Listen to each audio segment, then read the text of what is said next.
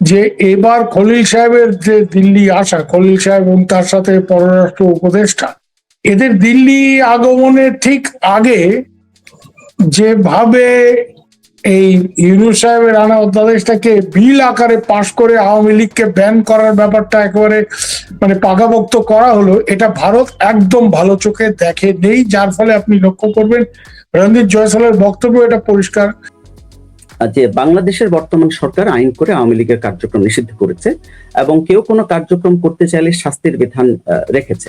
স্বাভাবিকভাবেই এটা কোনো একটা দলের আদর্শকে অন্যায়ভাবে দমন করার একটি কৌশল। আওয়ামী লীগ যদি দেশে ফিরতে চায় তাহলে আওয়ামী লীগের বন্ধু রাষ্ট্র হিসাবে ভারত বাংলাদেশের এরকম একটা বৃহত্তম রাজনৈতিক সংগঠনকে বাংলাদেশে পুনরায় রাজনীতি করার সুযোগ সৃষ্টিতে কোনো অবদান রাখতে পারে কিনা, এ ব্যাপারে আপনার অভিমত কি? না, এখানে একটা ব্যাপার খুবই পরিষ্কার, সেটা হচ্ছে যে ভারতের তরফ থেকে ইউনূস সাহেবের যে গোলমালগুলি ইউনূস সাহেব করতে শুরু করলেন, ভারতের সাথেও করলেন এবং দেশের মধ্যেও একটা প্রতিহিংসার রাষ্ট্র হিসেবে বাংলাদেশকে পরিণত করলেন।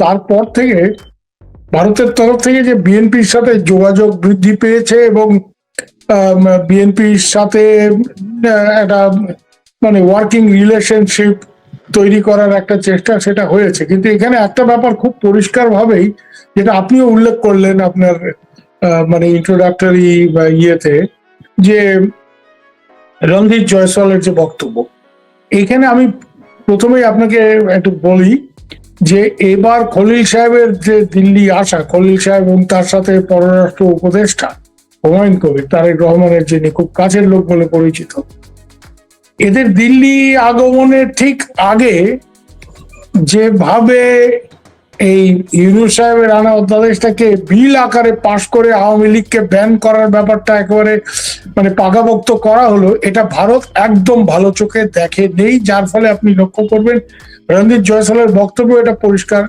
কারণ ভারত, আপনি যদি দেখেন যে বিএনপির সাথে ইন্টারাকশনের ফলে ভারতের বিভিন্ন সময় যে স্টেটমেন্ট এর যে মুখপাত্র বা অন্য লোকজনের বারবারই বলা হচ্ছে যে ভারত বাংলাদেশকে একটা ইনক্লুসিভ ডেমোক্রেসি হিসেবে দেখতে চায়।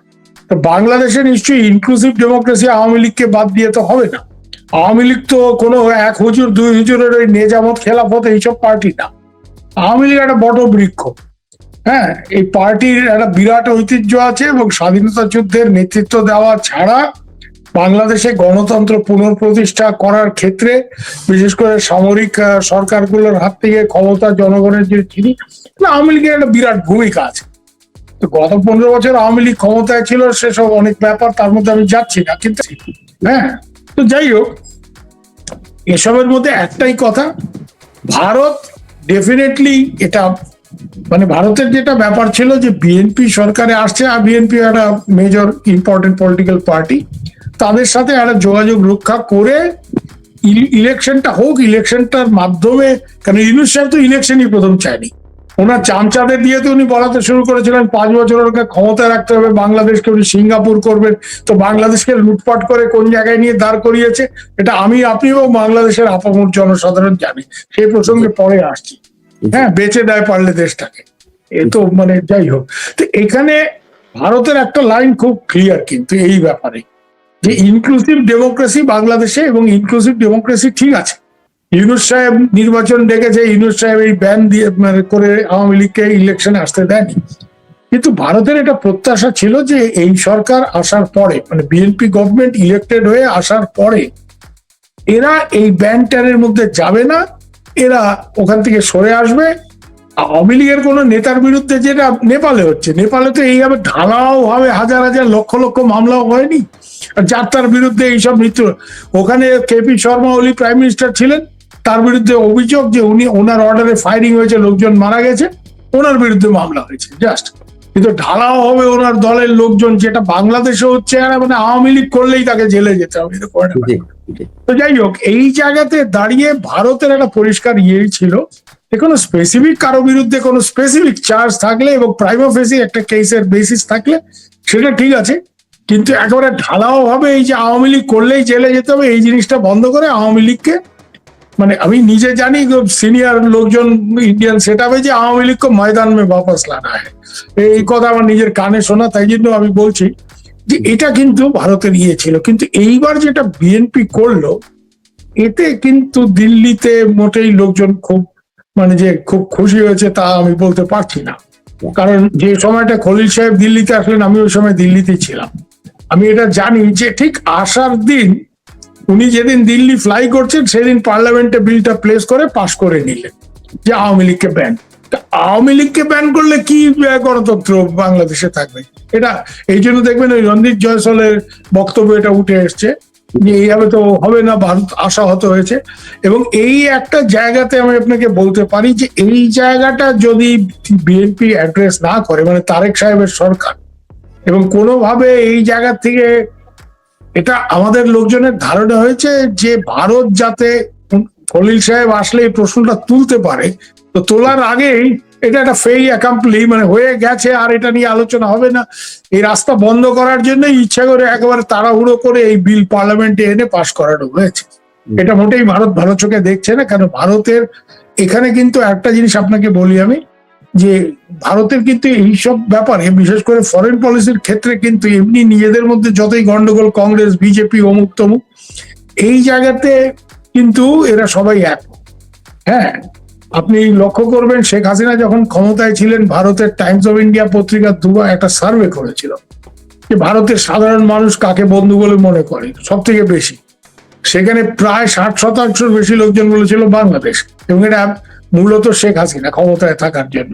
নিশ্চয়ই আজকে এই ধরনের জরিপ হলে এই রেজাল্ট আসবে না, মানে ইউনূস সাহেবের আমলে যা হলো।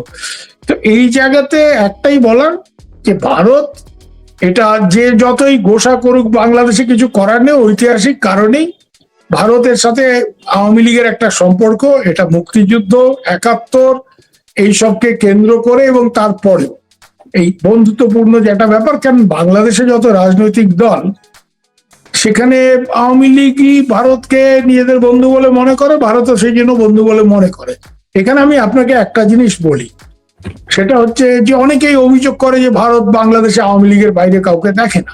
ভারত কিন্তু 2001-এ যখন বিজেপির গভর্নমেন্ট, অটল বিহারী বাজপেয়ীর, তখন বিএনপি যখন ক্ষমতা আসলো, বিএনপির সাথে কিন্তু একটা সুসম্পর্ক ভারত গড়ে তোলার চেষ্টা করেছিল। আপনার নিশ্চয়ই স্মরণে আছে যে সেই সময় তারেক রহমান কিচ্ছু না, উনি সরকারেও নেই, উনি দলেরও কোনো দায়িত্বে ছিলেন না। হ্যাঁ, তখন উনি একটা ওই কি হাওয়া ভবন টবন আপনারা জানেন ওইসব করতেন। তো যাই হোক, সেই অবস্থায় ওনাকে দিল্লি টিল্লি এনে যথেষ্ট রেড কার্পেট টার্পেট ওনাকে করা হয়েছিল। উনি সে সময় দিল্লিতে এসছেন, উদ্দেশ্য ছিল যে তখনকার যিনি প্রথম ভারতের ন্যাশনাল সিকিউরিটি অ্যাডভাইজার, এই পোস্টটা তো বেশি দিন হয়নি, ব্রজেশ মিশ্র, উনি একটা কথা বলতেন অ্যাজ এ ডিপ্লোম্যাট যে India should not put all it's eggs in one basket, মানে এক ঝুড়িতে সব ডিম রাখা। বিএনপির সাথে ওরা একটা সম্পর্ক সেই সময় করার চেষ্টা করেছে, সেটা গোলমালটা কোথায় হলো, এবং তার জন্য কি ভারত দায়ী? মোটেই নয়। ভারত তারেক রহমানকে নিয়ে এসে এখানে কথাবার্তা ইত্যাদি আসা যাওয়া এটা শুরু হলো। এর মধ্যে দেখুন আপনার 10 ট্রাক অস্ত্রের ঘটনা ঘটলো। তো তখন ভারতের যারা লোকজন, তাদের মধ্যে মানে যারা ডিসিশন মেকার্স, জানি এই লোক তো বিপজ্জনক লোক, আমাদের সাথে কথা বলছে আর এইদিকে 10 ট্রাক অস্ত্র আনছে, সেগুলি আলফার কাছে যাবে, বাংলাদেশের জঙ্গিদের হাতে যাবে, যারা সবাই প্রায় ভারত বিরোধী।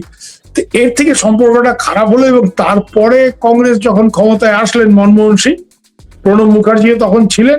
প্রণব মুখার্জির সাথে মানে পুরনো কংগ্রেসের লোক, একটা আওয়ামী লীগের অন্যরকম সম্পর্ক, বাঙালি মানুষ বুঝতেই পারেন, শেখ হাসিনা বা শেখ পরিবারের সাথেও ব্যক্তিগত সম্পর্ক, প্রণব মুখার্জি, গণিকান্ত চৌধুরীদের সময়, সব মিলিয়েই একটা জায়গায় গিয়ে দাঁড়ালো যে না, আওয়ামী লীগ ক্ষমতায় এসছে, আমরা আওয়ামী লীগের সাথে ডিল করব। বিএনপির সাথে এই চেষ্টা করতে গিয়ে ব্যর্থ হয়ে ভারতের ডিসিশন মেকারদের মধ্যে, বিশেষ করে যারা গোয়েন্দা বিভাগের লোকজন বা ফরেন মিনিস্ট্রিতে, যে না, let's forget it, Awami League আছে, হ্যাঁ ওই দিল্লিতে যা বলে শেখ হাসিনা শুধু বহেনজি হ্যাঁ তো ঠিক হ্যাঁ চলো বাকি সব ছোট। এখন এইখানে আজকে যেটা বিএনপির সাথে ইন্টারাকশন, এটা অনেকটা ফরম্যাটটা হচ্ছে মন্দের ভালো, যে আওয়ামী লীগ নেই, আওয়ামী লীগ ক্ষমতাচ্যুত, এই জায়গাতে জামাতের চাইতে বিএনপির সাথে আমরা ডিল করি, এবং যাতে আউটরাইট দেশটা ফান্ডামেন্টালিস্টদের হাতে চলে না যায়। এরকম একটা মানে এটা দিল্লির লোকজনের ধারণা বা বক্তব্য। এখন এই জায়গাতে দাঁড়িয়ে আওয়ামী লীগকে মাঠে ফিরিয়ে না আনতে পারলে বাংলাদেশে একদিকে বিএনপি একদিকে জামাত, এই টাইপের ব্যাপারটা ভারত মোটেই ভালো চোখে দেখছে না। কারণ জামাতকে মোটামুটি আমাদের যারা লোকজন আছেন দিল্লিতে, বিশেষ করে অজিত ডোভালের মতো লোকজন, পুরনো মানে অফিসার, ইন্টেলিজেন্সের লোক, এরা জামাত মানে পাকিস্তান এরকম একটা ধারণা এদের আছে। ভুল শুদ্ধর মধ্যে আমি যাচ্ছি না, কিন্তু এই ধারণা একটা আছে।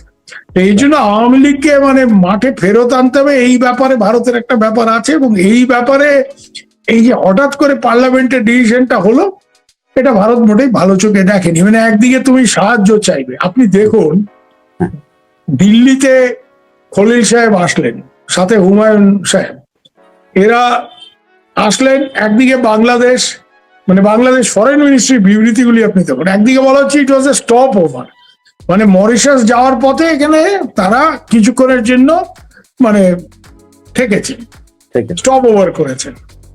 আরেকদিকে বলা হচ্ছে ভারতের যাদের সাথে কথা হয়েছে, আমাদের পররাষ্ট্রমন্ত্রীর মানে ব্যাপক আলোচনা হয়েছে, অনেক ইস্যু তোলা হয়েছে। একটা স্টপ ওভার যদি হয় তাহলে এত সব ব্যাপার, বিএসএফ এর বর্ডারে ভূমিকা, হ্যাঁ, থেকে শুরু করে শেখ হাসিনার প্রত্যাবর্তন, মানে সব আলোচনাই হয়েছে, অথচ এটা স্টপ ওভার। তো কি মানে কোনটা সত্যি আপনি বলুন? আপনি বলুন যে স্টপ ওভার যদি হয় তাহলে এত সব আলোচনা কি একটা স্টপ ওভার ভিজিটে সম্ভব হয়? স্টপ ওভার হলে তো একটা আসলেন, একটা কার্সি কল হলো, একটু চা পানি খাওয়া হলো, বাস, দ্যাটস ইট। একটা শুভেচ্ছা বিনিময় হলো, হ্যাঁ, বড় জোর একটা ইনভিটেশন যে প্রধানমন্ত্রীকে দেশে আসার, যেটা ধরুন মোদি নেপালের প্রাইম মিনিস্টারকেও করেছে, এরকম একটা ব্যাপার হয়তো তারেক সাহেবের ক্ষেত্রে, যে ইন্ডিয়াতে আসুন, আমরা কথাবার্তা বলি ইত্যাদি। তো এইটা স্টপ ওভার ভিজিট।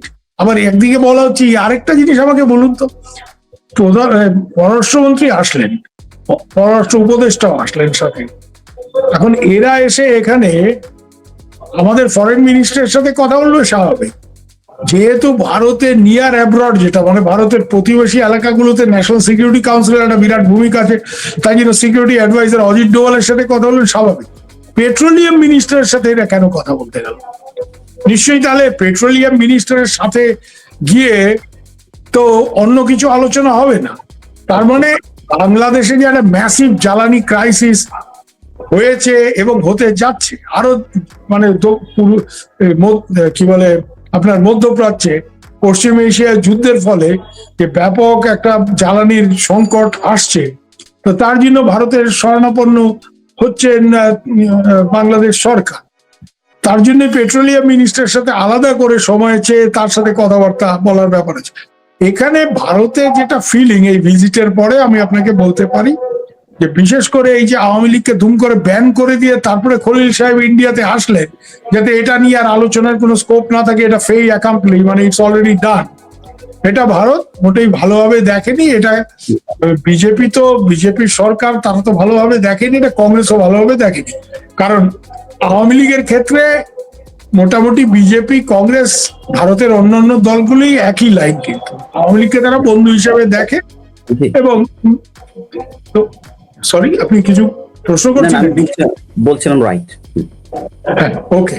সো এই জায়গাতে কিন্তু মানে বলতে পারেন যে খানিকটা ভারতে একটা ফিলিং, মানে ভারতের নেতৃস্থানীয়দের মধ্যে একটা আশাহত ব্যাপার যে এই লোকের সাথে আমরা বন্ধুত্ব করে ভালোভাবে একটা সম্পর্ক তৈরি করার কথা ভাবলাম, কিন্তু প্রথমেই যে কাজটা করলো সেটার থেকে ভালো সম্পর্ক হওয়া কতটা সম্ভব সেটা নিয়ে প্রশ্ন। আর একদিকে আপনি এই সাহায্য চাইছেন, ওই সাহায্য চাইছেন, আপনাকে জ্বালানি থেকে শুরু করে অন্য যা যা সমস্যা আপনি পড়েছেন তার জন্য ভারত আপনাকে উদ্ধার করবে, আর তারপরে আপনি বলবেন যে আমার দেশের আভ্যন্তরীণ পরিস্থিতির কথা মাথায় রেখে ভারতের সাথে বেশি কিছু করা আমাদের পক্ষে মুশকিল। অর্থাৎ এই জামায়াত ইসলামী বা এনসিপির ওই টোকাইদের কথা চিন্তা করে, আমি ওই টোকাই বলছি কারণ এরা যা মানে কাজকর্ম করেছে সেটা তো খুব যে ভালো কিছু সেটা বলার কোনো কারণ। তো আপনি এদের কথা শুনবেন, এদের কথায় ভারতের সাথে, অথচ এরা স্লোগান দেবে দিল্লি না ঢাকা। তারপরে যেই ফ্রেন্ডশিপ পাইপলাইন শেখ হাসিনার আমলে হওয়া নিয়ে শেখ হাসিনাকে তুলোধুনো করেছে এরা, আজকে তো সেই ফ্রেন্ডশিপ পাইপলাইন দিয়েই 5,000 মেট্রিক টন ডিজেল আসছে বাংলাদেশে, বাংলাদেশকে জ্বালানি সংকট থেকে উদ্ধার করার জন্য। তো তোমাকে আমি উদ্ধার করবো আর তুমি 2 বেলা আমায় খিস্তি করবে, এটা কি করে হয় ভাই? এক হাতে তো তালি বাজে না, এটা তো নিশ্চয়ই আপনি স্বীকার করবেন।